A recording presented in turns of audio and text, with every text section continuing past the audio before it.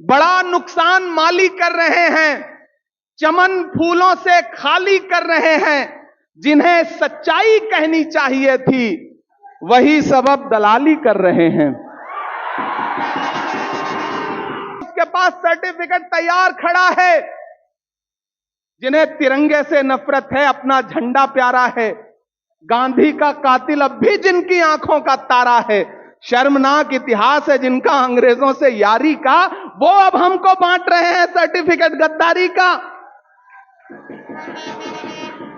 हुकूक के लिए केराजू जी के काम को मैं करीब से जानता हूं, इसलिए जब केराजू जी झारखंड के प्रभारी बना करके भेजे गए तो मुझे बहुत खुशी हुई और मुझे लगा कि झारखंड में सामाजिक न्याय का झंडा सच में बुलंद होगा, इसमें कोई दो राय नहीं।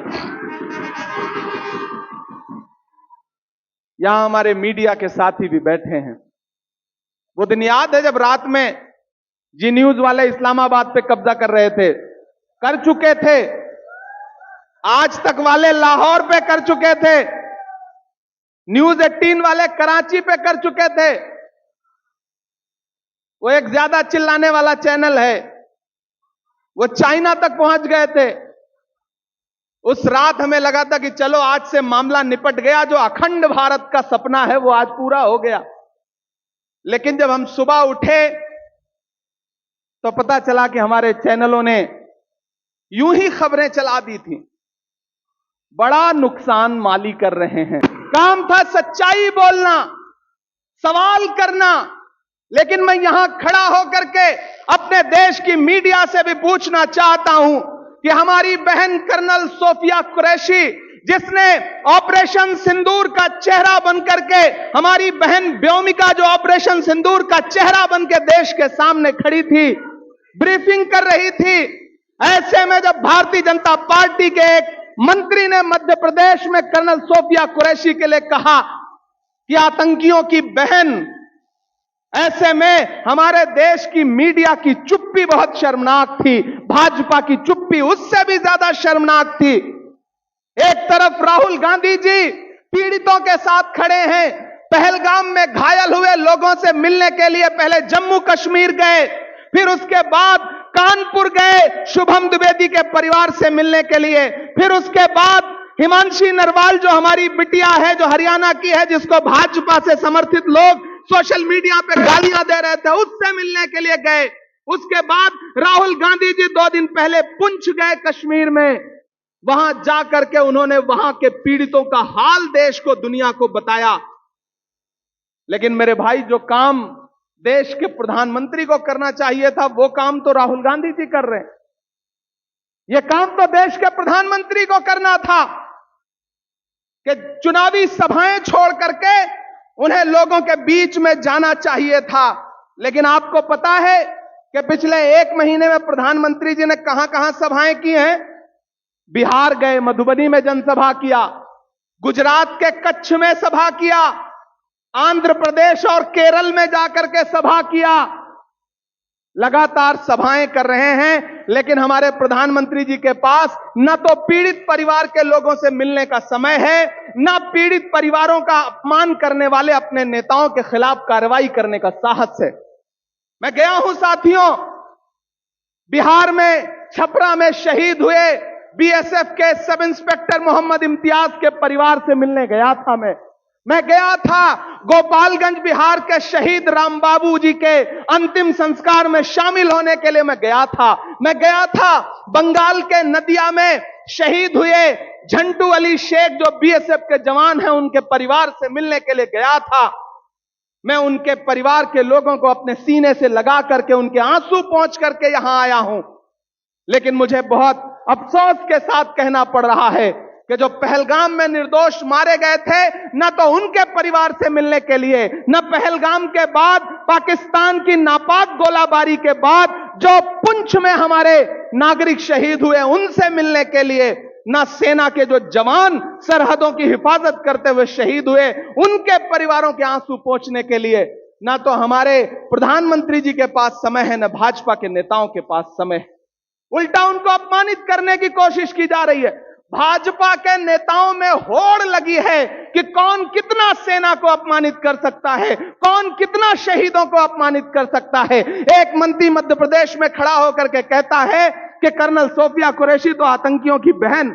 एक उनका उप मुख्यमंत्री कहता है कि भारत की सेना तो मोदी के चरणों में नतमस्तक है।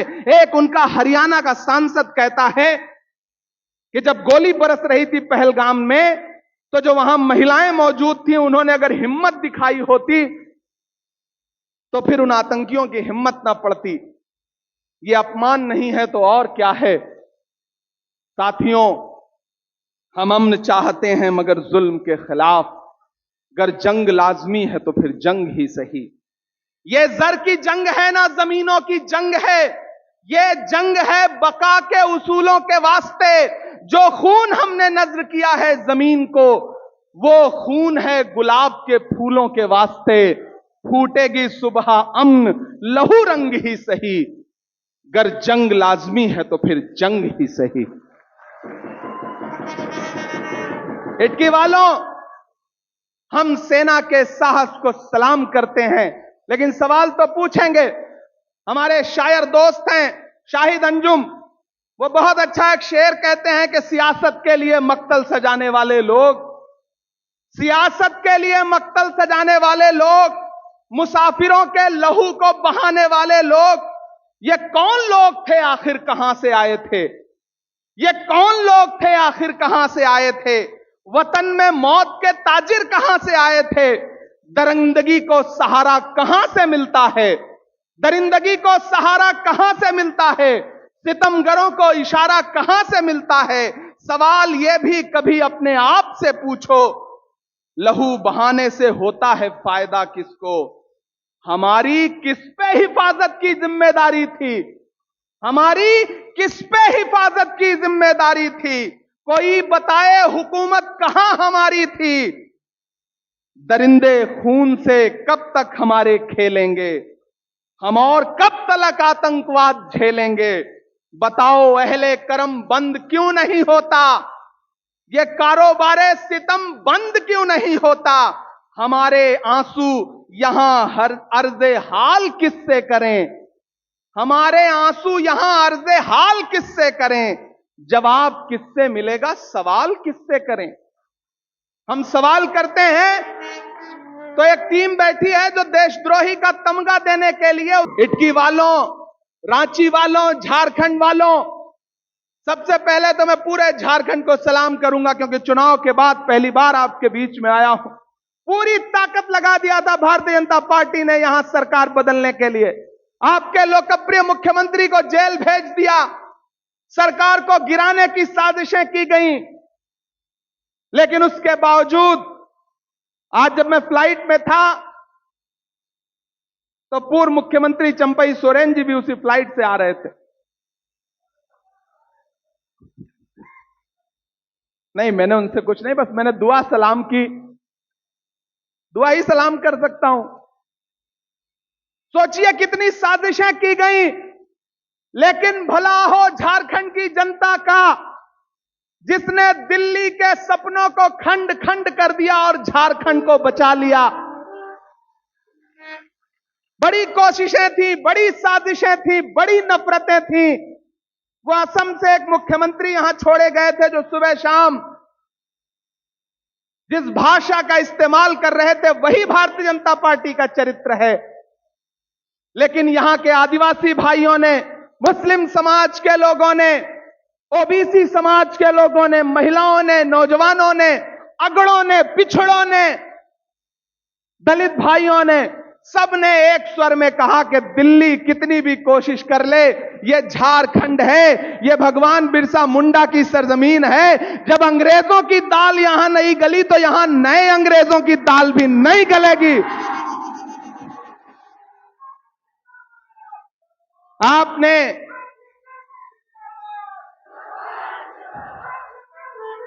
और जोर से लगाइए नारा ना, भारतीय सेना जिंदाबाद, इंडियन आर्मी जिंदाबाद, भारतीय सेना जिंदाबाद, इंडियन आर्मी जिंदाबाद।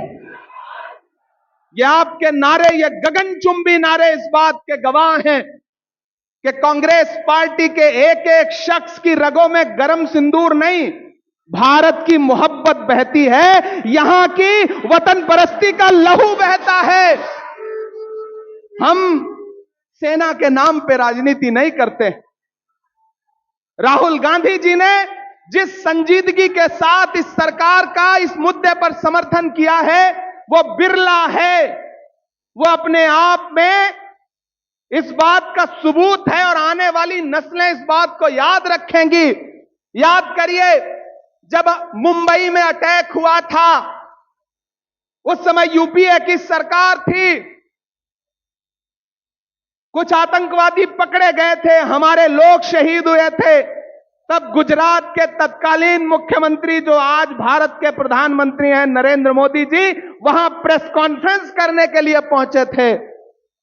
आंसू नहीं पहुंचा था, उन्होंने राजनीति की थी, लेकिन पूरी कांग्रेस पार्टी पूरे जोश के साथ खड़ी है इस मुद्दे पर और सरकार से कहती रही कि आप आगे बढ़िए, नामो निशान मिटाइए आतंक का। लेकिन फिर वही एक दिन सीज फायर हो गया। पूरा देश अलग उम्मीद में था और सरकार ने ट्रंप चाचा के दबाव में सीज फायर कर दिया। अब इस पर भी सवाल पूछिए तो कहते हैं कि आप सवाल नहीं पूछ सकते। क्यों नहीं पूछ सकते? हम पूछेंगे। हम आतिशे सोजा में भी हक बात कहेंगे, कुंदन की तरह दहर में ताबिंदा रहेंगे। तारीख बताती है कि हर दौरे सितम में हम जिंदा थे, हम जिंदा हैं, हम जिंदा रहेंगे। हम सवाल तो पूछेंगे। झारखंड वालों, अमन का क्यों कोई पैगाम नहीं जाता है? अमन का क्यों कोई पैगाम नहीं जाता है? नफरतों पर कोई इल्जाम नहीं जाता है। आंख मूंदूं तो वही खून ज़दा मंजर है, मेरी आंखों से पहलगाम नहीं जाता है।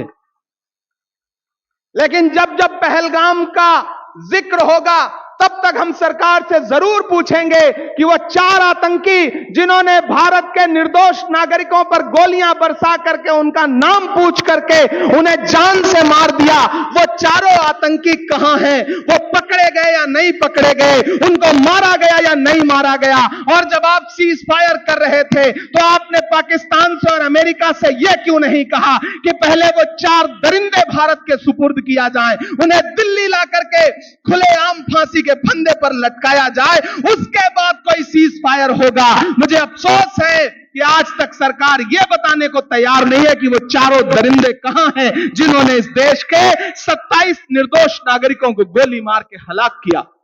हम सवाल तो पूछेंगे, सवाल तो पूछना पड़ेगा साथियों।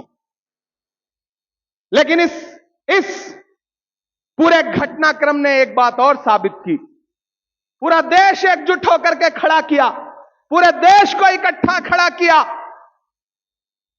और जिस दिन टीवी पर पहली बार हमने बहन व्योमिका और बहन सोफिया कुरैशी को एक साथ देखा तो लगा कि राहुल गांधी जी का जो नारा है ना कि नफरत छोड़ो भारत जोड़ो, भारत को एकजुट करो, उधर पड़ोसी मुल्क की नापाक हरकतों ने हमें बांटने की साजिश की थी, लेकिन हम भारत के लोग, हम हिंदुस्तान के लोग इतनी एकजुटता के साथ पूरी दुनिया के सामने खड़े आए, नजर आए कि पड़ोसी मुल्क की हिम्मत नहीं पड़ी आगे बढ़ने की।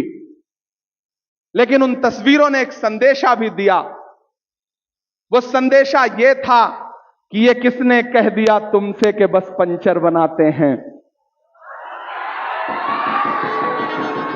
कमजोर तालियों के साथ नहीं सुनना है इस बात को। यह किसने कह दिया तुमसे कि बस पंचर बनाते हैं? वतन पर हंस के जो कट जाएं ऐसे सर बनाते हैं। जब भी इस मुल्क को लहू की जरूरत पड़ेगी, मैं यहां इटकी के मैदान में खड़ा होकर यह कह रहा हूं, मैंने वक्फ बिल पर बोलते हुए देश की संसद में भी यह बात कही थी कि मंत्री जी, जब भी इस देश को लहू की जरूरत पड़ेगी आपसे 2 कदम आगे इमरान खड़ा मिलेगा। और इस बार यह साबित भी हुआ और यह अरसे से साबित होता जा रहा है। हम खून की किस्तें तो कई दे चुके, लेकिन खाके वतन कर्ज अदा क्यों नहीं होता? मैं तो इस सरकार से कहना चाहता हूं कि ये जो सोशल मीडिया पे नफरतों की बातें करते हैं, ये जो पहचान देख करके, कपड़े देख करके लोगों के साथ बुरा सुलूक करते हैं, भारत के नागरिकों को बांटने की साजिश करते हैं, उन नफरत वाले लोगों पर लगाम लगाइए, क्योंकि हम ऐसे समाज का हिस्सा हैं कि जब ब्रिगेडियर उस्मान को इस देश के लिए खून देने की जरूरत पड़ी तो ब्रिगेडियर उस्मान सबसे आगे खड़े हुए। नौशेरा के शेर ने अपनी जान कुर्बान कर दी, लेकिन भारत की सरहदों पर आंच नहीं आने दी। हम सैल्यूट करते हैं वीर अब्दुल हमीद को कि जब पैटर्न टैंक लेकर के पाकिस्तान सोच रहा था कि वो भारत की सरहदों का नुकसान कर लेगा, तो गाजीपुर का एक लाल आगे बढ़ा, अपनी जीप उठाई, उस पर अपनी गन लेकर के बैठा और उसने कहा कि लोहे के बने हुए पाकिस्तान के ये पैटर्न टैंक अब्दुल हमीद के हौसले से बड़े नहीं है, और एक साथ